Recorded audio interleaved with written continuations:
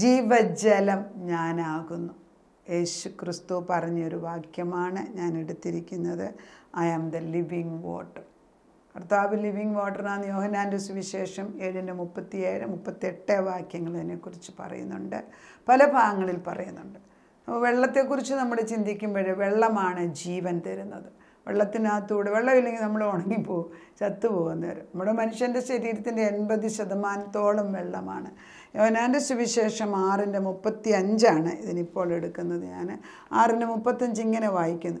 യേശു അവരോട് പറഞ്ഞത്, ഞാൻ ജീവൻ്റെ അപ്പമാകുന്നു. എൻ്റെ അടുക്കൽ വരുന്നവന് വിശക്കയില്ല. എന്നിൽ വിശ്വസിക്കുന്നവന് ഒരു നാളും ദാഹിക്കയില്ല. ഇവിടെ ദാഹത്തെക്കുറിച്ച് പറയാണ്. എന്നിൽ വിശ്വസിക്കുന്നവന് ഒരു നാളും ദാഹിക്കില്ല. ഞാനാണ് വിശപ്പടക്കി തരുന്നത്, ഞാനാണ് ജീവൻ്റെ അപ്പം എന്ന് പറയുന്നത്. ഇവിടെ കർത്താവ് പറയുന്നത്, ഞാനാണ് നിങ്ങളുടെ ദാഹം തീർക്കുന്നത്. ഒരിക്കലും ദാഹം തീരാതെ നമ്മൾ ഊടാടി നടക്കുന്ന മനുഷ്യൻ. ദാഹമെന്ന് പറയുന്നത് നമ്മുടെ ഹൃദയത്തിൽ എല്ലാം നമ്മളെ അഫക്റ്റ് ചെയ്യുന്നുണ്ട്. കാരണം മനുഷ്യന് ഭക്ഷണം കൂടാതെ ജീവിക്കാൻ ഒക്കും, പക്ഷെ വെള്ളം കൂടാതെ ജീവിക്കാൻ ഒക്കത്തില്ല. അങ്ങനെയുള്ള സാഹചര്യത്തിൽ നമ്മൾ ദൈവത്തോട് എങ്ങനെയാണ് അടുത്ത് ചെല്ലേണ്ടത്? ഞാൻ ഈ ഒരു വചനം എടുക്കുന്നതിന് മുമ്പ് കർത്താവ് ഞങ്ങളെ ഒരു വിഷൻ കാണിച്ചതാണ്. ഇതിൻ്റെ പ്രാധാന്യം നമ്മൾ എപ്പോഴും ഈ വചനത്തിൽ കൂടെ ഇരുന്ന് വചനം പ്രാർത്ഥിച്ച് വചനത്തിനകത്ത് മെഡിറ്റേറ്റ് ചെയ്ത് അനേകർക്ക് വചനം കൊടുത്തുകൊണ്ടിരിക്കുന്നത് അതൊരു വിളിയാണ്, അല്ലെങ്കിൽ ചെയ്യാനൊക്കത്തില്ല. പലപ്പോഴും നമ്മൾ വിചാരിക്കും ഇത് പ്രയാസമാണ്. പക്ഷേ ദൈവം ഏൽപ്പിച്ച ജോലിയാണെങ്കിൽ പ്രയാസമാണെങ്കിൽ നമ്മൾ ചെയ്യും. ബിക്കോസ് ഹി എക്വിപ്സ് യു, അതിനുള്ള ശക്തി തരും. അപ്പം നമ്മൾ ഈ വചനം വായിച്ച് കർത്താവ് ഇങ്ങനെ വെള്ളച്ചാട്ടം ഇങ്ങനെ വരുന്നതായിട്ട് ഇങ്ങനെ കാണിക്കും. പലപ്പോഴും വെള്ളച്ചാട്ടം വെള്ളം ഇങ്ങനെ ഒഴുകുന്നതായിട്ട്. കാരണം ജീവവെള്ളം കുറച്ചൊന്നുമല്ല, അതുപോലെ വെള്ളം വചനമായിട്ട് വരുന്നുള്ള സമയങ്ങളാണ്. അപ്പം നമ്മൾ ഒന്ന് കണ്ടത് ദർശനത്തിൽ കാണുന്നത് ഇങ്ങനെയാണ്. നമ്മളെന്ന് പറയുമ്പോൾ ഞങ്ങൾ 2-3 പേർ ഒന്നിച്ച് പ്രാർത്ഥിക്കുമ്പം കാണുന്നതാണ്. അതുകൊണ്ട് ഞാൻ നമ്മളെന്നുള്ളതല്ല പറഞ്ഞത്. എനിക്ക് കൃപകളുള്ളവരെൻ്റെ കൂടെ ഇരുന്ന് പ്രാർത്ഥിക്കും. അപ്പോൾ നമ്മൾ കാണുന്നത് എന്താണെന്ന് ചോദിച്ചാൽ, വെള്ളം മുകളിൽ നിന്ന് ഇങ്ങനെ വെള്ളച്ചാട്ടമായിട്ട് അങ്ങോട്ട് ഒഴുകാൻ നേരത്ത് അതിൻ്റെ മേളിൽ ഡെബ്രിസ് കിടക്കുക. ഡെബ്രിസ് മീൻസ് അതായത് മാലിന്യങ്ങൾ, ഇലകൾ, കൊമ്പുകൾ, പിന്നെ വേണ്ടാത്ത പ്ലാസ്റ്റിക് സാധനങ്ങൾ, അതുപോലെ തന്നെ പോയിസൺ ഇഞ്ചക്റ്റ് ചെയ്തത്, മാലിന്യമിട്ടത്, ഇതെല്ലാം ഇങ്ങനെ മേളിൽ ഈ വെള്ളത്തിനകത്ത് മേളിൽ നിന്നേ ഇടുന്നതിനാൽ വെള്ളം അവിടെ ഉടക്കി അങ്ങനെ നിൽക്കുകയാണ്. വെള്ളം താഴോട്ട് വരാനൊക്കുന്നില്ല, അതിൻ്റെ പൂർണ്ണശക്തിയോടെ വരാനൊക്കുന്നില്ല. നമ്മൾക്ക് ഏതായാലും ഈ ഉറവ കണ്ടു. ഞാൻ എപ്പോഴും പറയുന്നൊരു പോയിന്റ്, ഉറവ ശരിയാക്കണേ. ഈ ഉറവ അങ്ങ് നമുക്ക് എത്താൻ വയ്യാത്ത സ്ഥലത്താണ് നമ്മളെങ്ങനെ അത് ശരിയാക്കാൻ. അപ്പോൾ പിന്നെ നമ്മൾ പ്രാർത്ഥിക്കുക മാത്രമാണ് ചെയ്യുന്നത്. കർത്താവ് എങ്ങനെയാണിത് ശരിയാക്കുന്നത് നമുക്കറിയത്തില്ല. നമ്മളങ്ങനെ പറയുന്ന ഉടനെ ഈ ദർശനങ്ങൾ കാണുന്നെങ്കിൽ ആ ഒരു പ്രയാസത്തിൻ്റെ ഒരു ദർശനം കാണുന്നത് അതിൻ്റെ സമയമായി അത് മാറ്റാനെന്നുള്ള, അല്ലെങ്കിൽ ദർശനം അറിയത്തില്ല. ഇരുട്ടത്തിരിക്കുന്ന ഒരു കാര്യത്തിനും ഉത്തരം കിട്ടത്തില്ല. പക്ഷെ ഇരുട്ട് വിത്തുന്നത് വെളിച്ചത്ത് വരുമ്പോൾ അതിന് ഉത്തരം തരാൻ സമയമായി.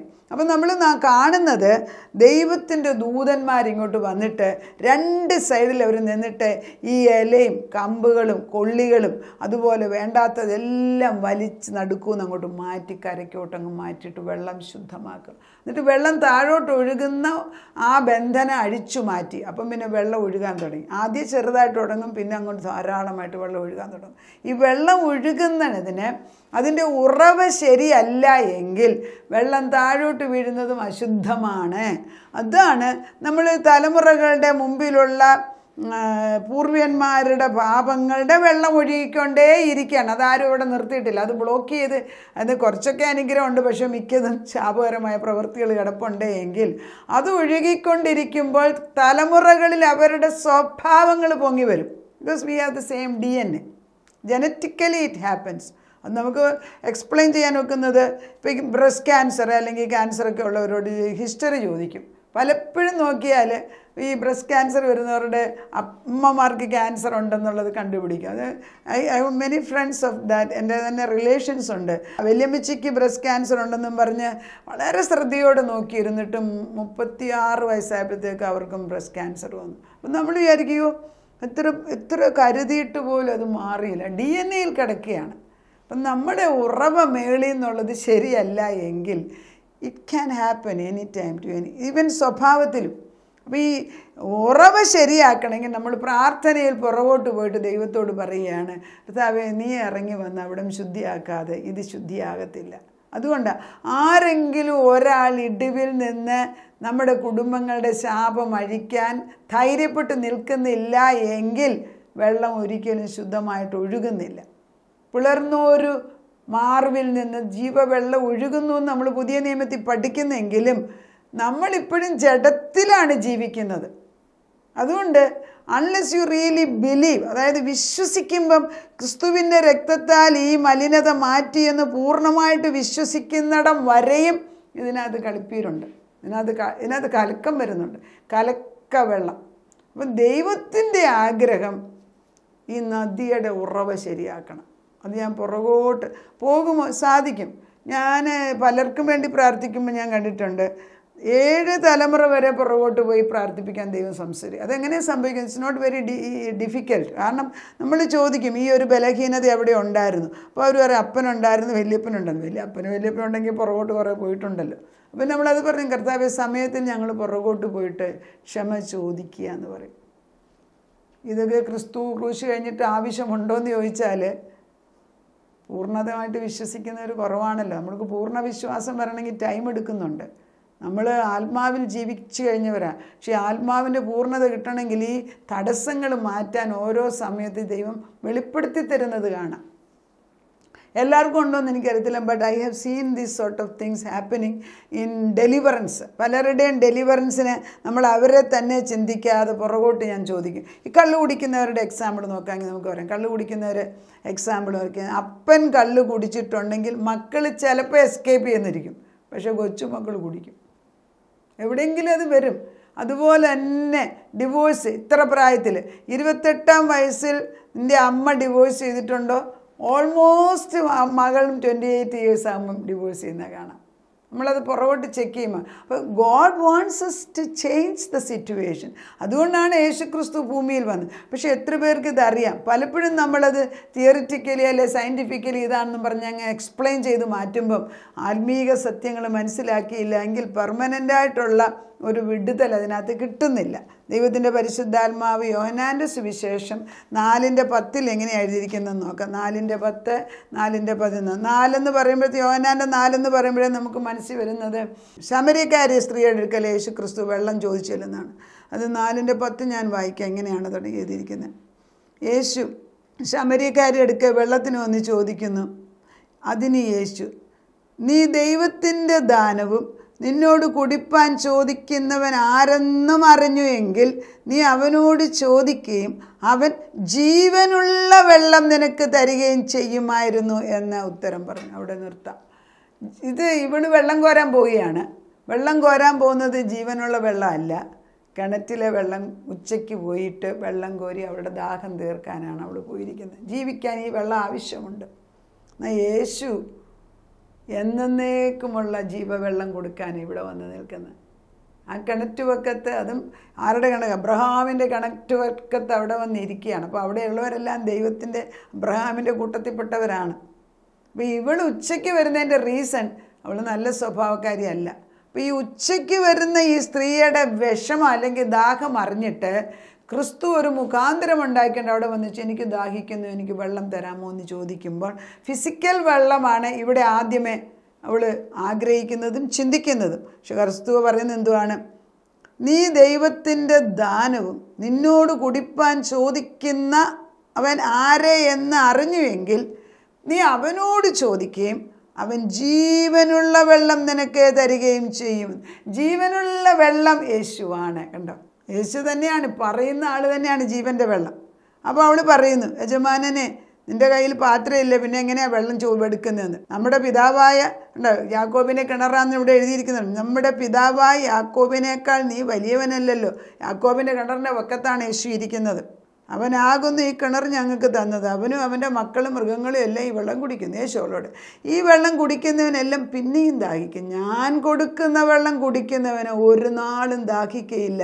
ഞാൻ കൊടുക്കുന്ന വെള്ളം അവനിൽ നിത്യ ജീവങ്കലേക്ക് പൊങ്ങി വരുന്ന നീരുറവയായി തീരും എന്ന് ഉത്തരം പറഞ്ഞു. നിത്യജീവനിലേക്ക് ഉയരുന്ന നീരുറവ തരാൻ ഒരാൾക്കേ സാധിക്കത്തുള്ളൂ, യേശുവിന് മാത്രം. യേശുവാണ് ജീവൻ്റെ ഉറവിടം.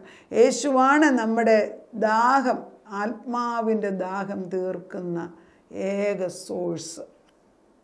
ക്രിസ്തുവിൻ്റെ സാന്നിധ്യമില്ലാതെ ഒരിക്കലും നമ്മുടെ ദാഹം തീരത്തില്ല. പലപ്പോഴും നമ്മൾ പ്രാർത്ഥിക്കേണ്ടിയിരിക്കുന്നു. ഒത്തിരി പ്രശംസ നമുക്ക് ആവശ്യമില്ല കർത്താവേ, നമുക്ക് പ്രാർത്ഥിക്കേണ്ടിയിരിക്കുന്നു. ഒത്തിരി സുഖവും വേണ്ടാന്ന് പ്രാർത്ഥിക്കേണ്ടിയിരിക്കുന്നു. നമ്മൾ ദുരിതം വരണമെന്ന് പ്രാർത്ഥിക്കല്ലേ, അത് ശരിയല്ല. അങ്ങനെയുള്ളവരെ ഞാൻ കണ്ടിട്ടുമുണ്ട്.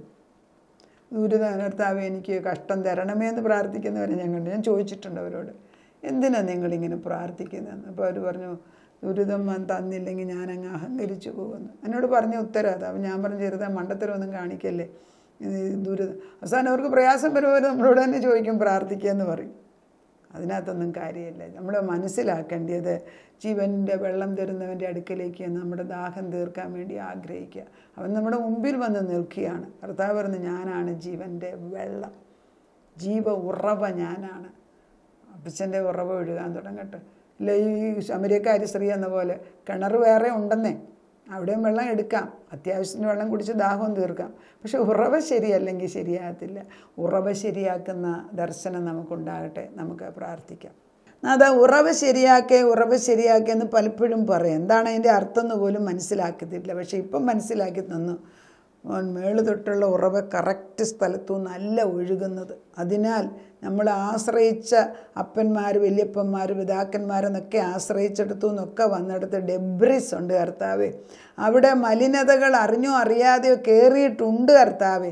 അതെല്ലാം ഞങ്ങൾ കണ്ടു കഴിഞ്ഞിരിക്കുന്നു ഇപ്പോൾ. എന്നാൽ മലിനതയില്ലാതെ വിശുദ്ധ ജലം, ജീവൻ തരുന്നതായ വെള്ളം നീ ഒരുവൻ മാത്രമാണെന്ന് എലിമിനേറ്റ് ആൻഡ് കോൺസെൻട്രേറ്റ്. വേണ്ടാത്തതിനെ എടുത്തു കളഞ്ഞിട്ട് വേണ്ടതിനെ മാത്രം തിരഞ്ഞെടുക്കാനുള്ള ഒരു കൃപ ഇപ്പോൾ തരുന്നതിന് സ്തോത്രം ചെയ്യുന്നു. ഞങ്ങളുടെ മുമ്പിൽ രണ്ട് വഴിയില്ല, ഒരു വഴി മാത്രം. അഭിഷന്നെ ഒഴുക്കുന്ന ജീവൻ്റെ ഉറവ, നെഞ്ചിൽ നിന്ന് വീണ ജീവൻ്റെ വെള്ളവും രക്തവും ഭൂമിയിലേക്ക് ഇപ്പോഴും ഒഴുകിക്കൊണ്ടിരിക്കുന്നത്.